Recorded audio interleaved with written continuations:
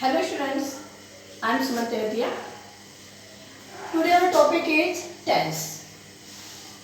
तो आज हम टेंस के बारे में पढ़ेंगे, यानी कि आज मैं आपको टेंस के बारे में बताऊंगी।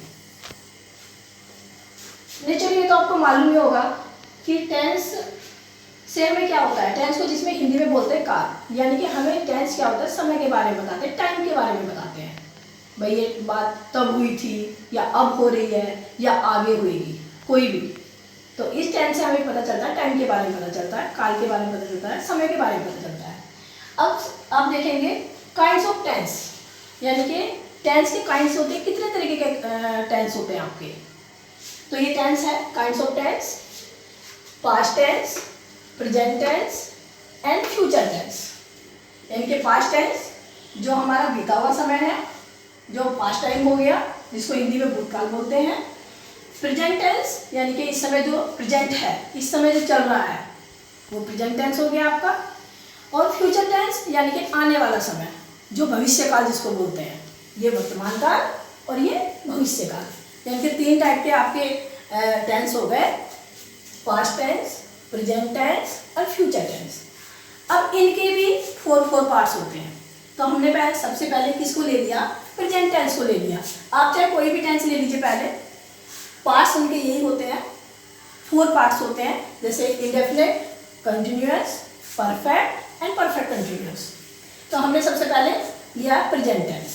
तो आज हम जो है प्रेजेंट टेंस के बारे में पढ़ेंगे। आप प्रेजेंट टेंस के कई रूल्स सीखेंगे। प्रेजेंट टेंस का जो हमने पार्ट किए हैं: present definite, present continuous tense, present perfect tense and present perfect continuous tense. ये इसके 4 पार्ट्स होते हैं। इन्हें हम 1 बाय 1 करेंगे, रूल्स के अकॉर्डिंग साथ साथ करते रहेंगे। प्रेजेंट इंडेफिनिट टेंस, तो हमने सबसे पहले इसको ये पार्ट लिया, प्रेजेंट इंडेफिनिट टेंस।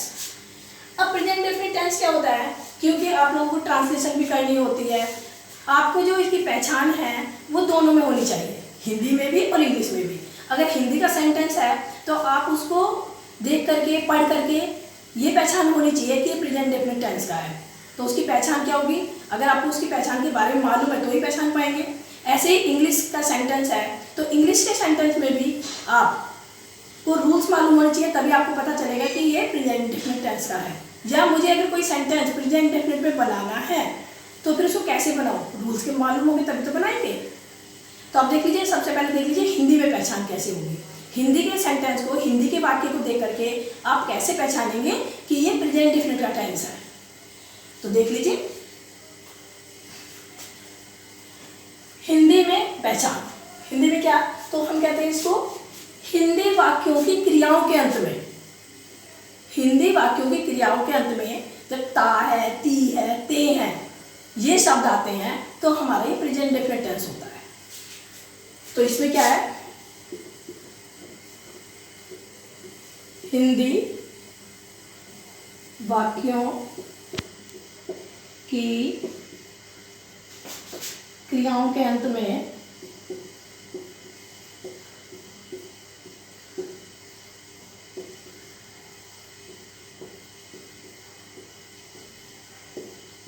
क्या आता है? ता है, ती है, ते हैं, ता हूं,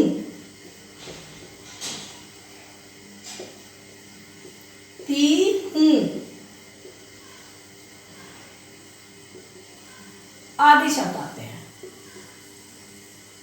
आदि शब्द आते हैं।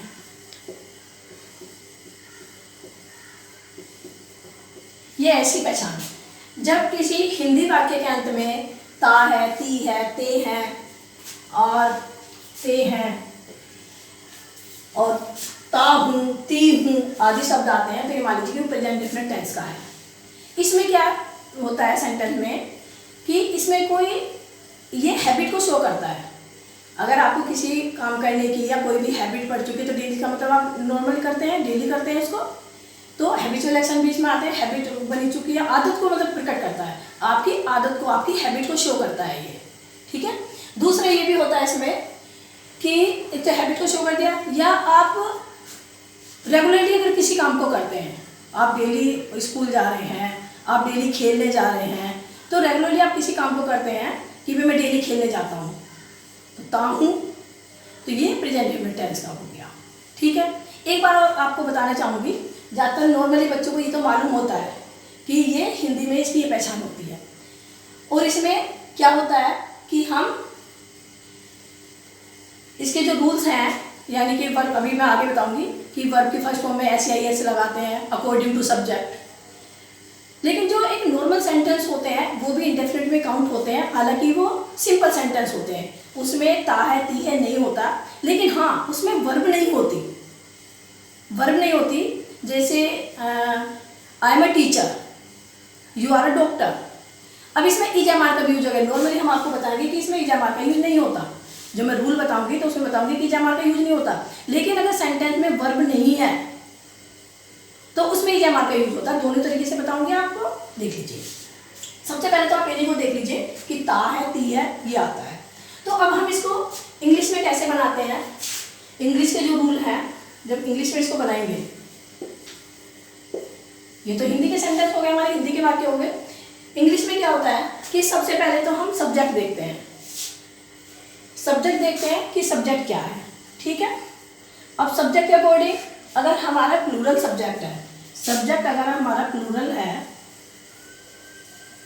प्लूरल, और प्लस इसी के साथ हम लेते हैं आई और यू, आई और यू को भी हम प्लूरल मान करके उसी के अकॉर्डिंग हेल्पिंग वर्ब लगाते हैं, वही रूल लगता है जो प्लूरल के साथ लगता है। तो प्लूरल जितने भी हमारे सब्जेक्ट प्लूरल होंगे या उसमें आई और यू भी होगा, तो उसमें हम क्या करते हैं, वर्ब की फर्स्ट फॉर्म में ही लगाते हैं, ओनली वर्ब की फर्स्ट फॉर्म का यूज करते हैं, यानी कि सब्जेक्ट प्लस वर्ब की फर्स्ट फॉर्म, केवल ओनली ये यूज होता है। और अगर हमारा सब्जेक्ट सिंगुलर है तो आपको ध्यान देने वाली बात है, सिंगुलर है, सिंगुलर कौन से हो सकते हैं आपके, ही, शी, इट, ये सारे जो होते हैं ये सिंगुलर आपके, या किसी का नाम भी हो सकता है, कोई पर्सन है किसी एक का नाम है तो वो भी आपका सिंगुलर हो गया। तो उन सिंगुलर के साथ हम क्या करते हैं कि वर्ब की फर्स्ट फॉर्म तो हम लगाते ही हैं, प्लस उसमें एस और ईएस भी लगाते हैं। अब आप देखोगे कि कहाँ एस लगेगा कहाँ ईएस लगेगा। नॉर्मली एक रूल होता है कि किसी वर्ब के लास्ट में अगर ओ आया है तो उसमें ईएस लगाते हैं और नॉर्मली एस लग जाता है वरना। अब जैसे गो है तो गोज, GOES, गोज हो गया। तो इस तरीके से हम एस या ईएस का यूज करते हैं। तो सेंटेंस आप देख लेंगे, हिंदी का सेंटेंस अगर आया है तो ता है ती है ते है ये पहचान होगी, और अगर इंग्लिश का सेंटेंस होगा तो उसमें सब्जेक्ट देख लेंगे, सब्जेक्ट के अकॉर्डिंग वर्ब की फर्स्ट फॉर्म होगी। इसमें कोई इजेमार वगैरह, इसमें ता है ती है ये वाले में इसमें इजेमार का कोई यूज नहीं होता, कोई हेल्पिंग वर्ब यूज नहीं होती, सिर्फ वर्ब की फर्स्ट फॉर्म या वर्ब की फर्स्ट फॉर्म में एस या ईएस लगता है ओनली, और कुछ नहीं। ठीक है, तो अब ये सेंटेंस आप कैसे बनाएंगे ये देख लेंगे। हमारा एक रूल होता है इसमें कि रूल क्या है हमारा इसको बनाने का। सबसे पहले आपको मालूम है कि कोई भी सेंटेंस हम बनाते हैं तो सबसे पहले क्या लेते हैं, सब्जेक्ट। सब्जेक्ट के बाद कोई भी हम हेल्पिंग वर्ब लेंगे अकॉर्डिंग टू टेंस। लेकिन यहाँ पे क्या है, हम तो वर्ब के फर्स्ट फॉर्म में एस या एस लगाते हैं, तो क्या करेंगे वर्ब की फर्स्ट फॉर्म लेंगे, और अगर वो हमारा प्लूरल है तो वर्ब की फर्स्ट फॉर्म भी रह जाएगी ये वाली, और अगर हमारा सिंगुलर है तो और करके यहाँ पे कर लेंगे एस और ईएस, एस या ईएस लगा देंगे। ठीक है, या तो वर्ब की फर्स्ट फॉर्म रहेगी, और अगर प्लूरल हो सिंगुलर होगा तो एस या ईएस लग जाएगा। ठीक, मेन तो ये है, आपको सिर्फ यहीं तक ध्यान देना है। आगे उसका ऑब्जेक्ट होगा तो ऑब्जेक्ट लगा देंगे, प्लस अदर वर्ड होंगे तो अदर वर्ड भी ले लेंगे, वो तो अकॉर्डिंग टू सेंटेंस जैसे भी है, और प्लस फुल स्टॉप तो होता ही है। तो ये सिंपल सेंटेंस की बात कर रही हूँ मैं, ये अफर्मेटिव सेंटेंस की बात कर रही हूँ। अफर्मेटिव सेंटेंस, ये रूल मैंने आपको बताया सिंपल सेंटेंस कह लीजिए, पॉजिटिव सेंटेंस कह लीजिए या अफर्मेटिव सेंटेंस कह लीजिए, बात एक ही है। अफर्मेटिव और पॉजिटिव एक ही बात है। तो ये कैसा आपका सेंटेंस हुआ, पॉजिटिव बोल दीजिए, कुछ भी बोल दीजिए आप, ये पॉजिटिव सेंटेंस। तो आज मैं पॉजिटिव सेंटेंस के बारे में ही बात करूंगी। मैं आपको पॉजिटिव सेंटेंस के बारे में ही बताऊंगी। तो अब इसके एग्जांपल ले लीजिए, जिससे आपको इंग्लिश में भी समझ में आ जाएगा और हिंदी के सेंटेंस भी। एग्जांपल ले लीजिए इनके आप।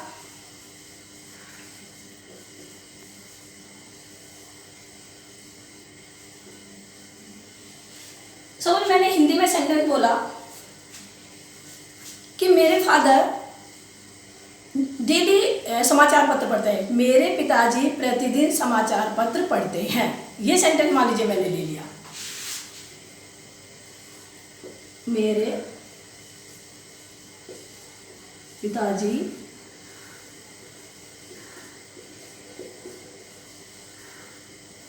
प्रतिदिन समाचार पत्र पढ़ते हैं।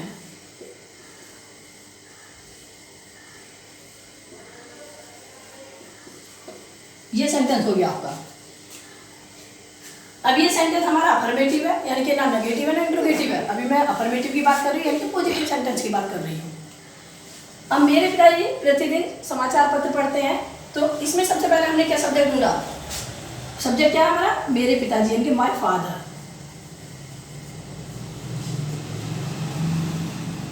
माय फादर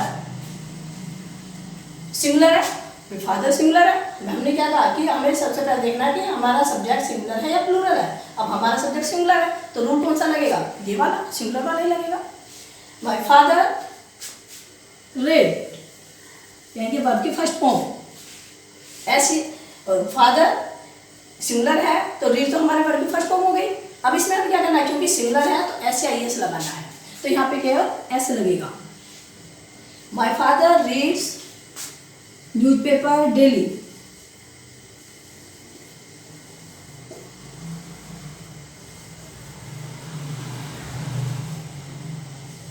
ये हो गया, इसको ध्यान से देख लीजिए। मेरे पिताजी प्रतिदिन समाचार पत्र पढ़ते हैं, यानी कि my father reads newspaper daily. ये हो गया। और एग्जांपल देख लेंगे नेक्स्ट आप, इसको मैं रख कर देती हूँ।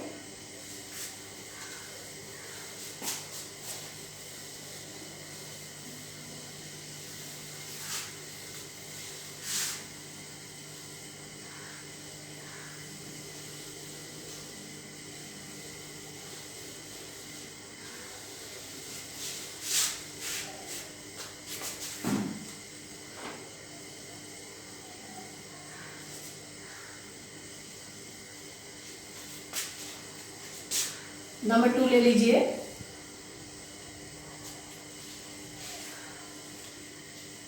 मैं गरीबों की मदद करता हूँ, ठीक है, या करती हूँ। मैं गरीबों की मदद करती हूँ या मैं गरीबों की मदद करता हूँ। मैं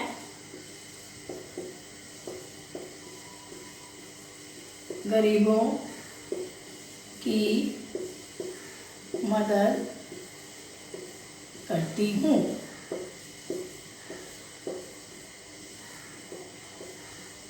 अब मैंने आपको बताया तो हमारा जो सब्जेक्ट हो गया आई। अब क्या हुआ हमारा सब्जेक्ट आई, और आई को मैंने बताया था कि आई और यू आप प्लूरल में ही काउंट करके, यानी कि प्लूरल में ही मान करके उसके के अकॉर्डिंग वर्ब की फर्स्ट फॉर्म लगाते हैं।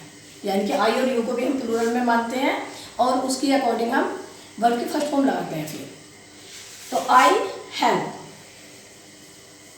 यानी कि मैंने इसमें SIS नहीं लगाया। क्यों नहीं लगाया, क्योंकि हमारा ये सिंगुलर नहीं है। आई हेल्प द पुअर, ये हो गया।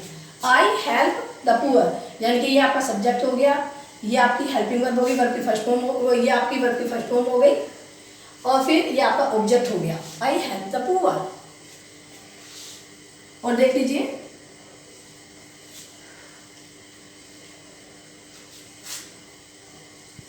तुम प्रतिदिन फुटबॉल खेलते हो।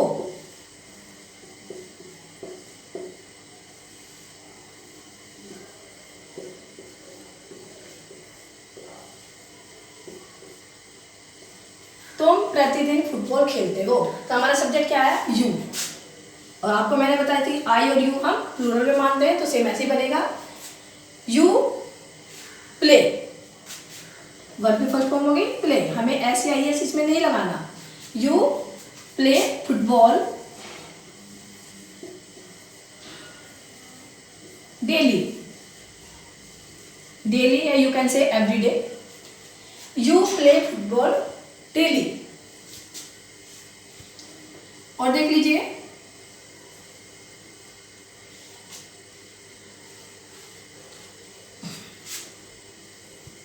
वह स्कूल प्रतिदिन जाता है,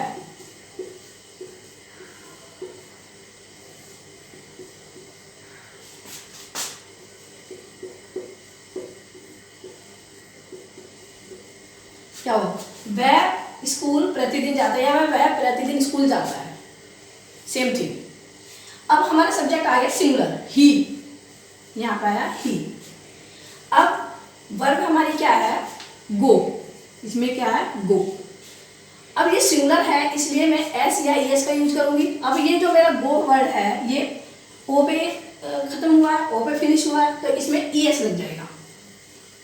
क्या हुआ, he goes to school daily.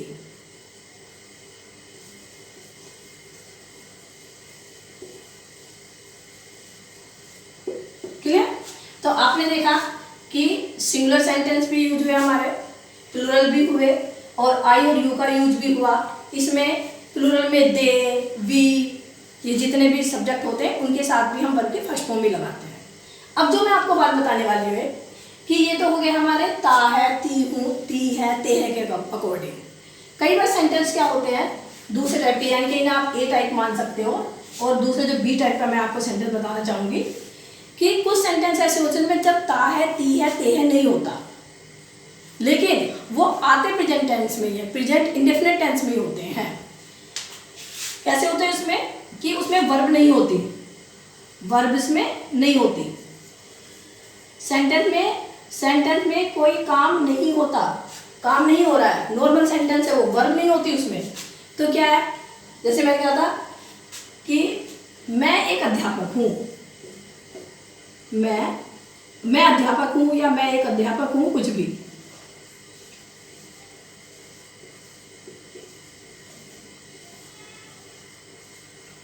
अब इसमें ध्यान दीजिए कि इस सेंटेंस को अगर आप प्रेजेंट डेफिनेट नहीं मानते तो ये कंटिन्यूअस भी नहीं है, ये प्रेजेंट परफेक्ट भी नहीं है, और ये प्रेजेंट परफेक्ट कंटिन्यूअस भी नहीं है। ना प्रेजेंट कंटिन्यूअस है, ना प्रेजेंट परफेक्ट है, ना प्रेजेंट परफेक्ट कंटिन्यूअस है, तो ये प्रेजेंट डेफिनेट का ही है। लेकिन ये दूसरे टाइप का, इसमें तो हैबिट, डेली इस काम को करते हैं, यानी कि इसमें तो वर्ब है, इसमें तो कोई ना कोई काम हो रहा है, आप उसे कंटिन्यूअसली रेगुलरली कर रहे हैं या आपकी हैबिट में आ गया है, दैट इज डिफरेंट थिंग। लेकिन यहाँ पे क्या है कि वर्ब नहीं है, काम कुछ नहीं हो रहा है, बस उसने नॉर्मली बोला आई एम अ टीचर। अब यहाँ पे इज एम आर का यूज हो जाएगा ऐसे सेंटेंस में जब इसमें विदाउट वर्ब, यानी कि आप इसमें लिख सकते हैं विदाउट वर्ब, विदाउट वर्ब। और इसमें जब इसमें वर्ब नहीं है तो क्या इसमें इज एम आर का यूज आप कर सकते हैं। नॉर्मली ये कहा जाता है कि इज एम आर का यूज इसमें नहीं होता, लेकिन हाँ जिस सेंटेंस में वर्ब नहीं है, विदाउट वर्ब है, उसमें आप इज एम आर का यूज कर सकते हैं। तो नहीं, चलिए आप देख लीजिए, आप कहें कि मैं आई एम ए स्टूडेंट, आप बोलते हैं आई एम ए स्टूडेंट, तो क्या है प्रेजेंट डेफिनेट का ही तो है, बस वर्ब नहीं है उसमें। आई एम अ टीचर, ये हो गया आई एम अ टीचर। तो ऐसे सेंटेंस आप खुद देख सकते हैं, I am a teacher, you are a doctor, he is a, she is a student, कुछ भी इस तरह के। तो आप ध्यान देंगे कि इसमें इस तरह से भी हो सकता है, बस ध्यान ये रखना है कि जब उसमें वर्ब ना हो। तो आई होप आपको क्लियर हुआ होगा। Remaining part of this tense will be completed next time.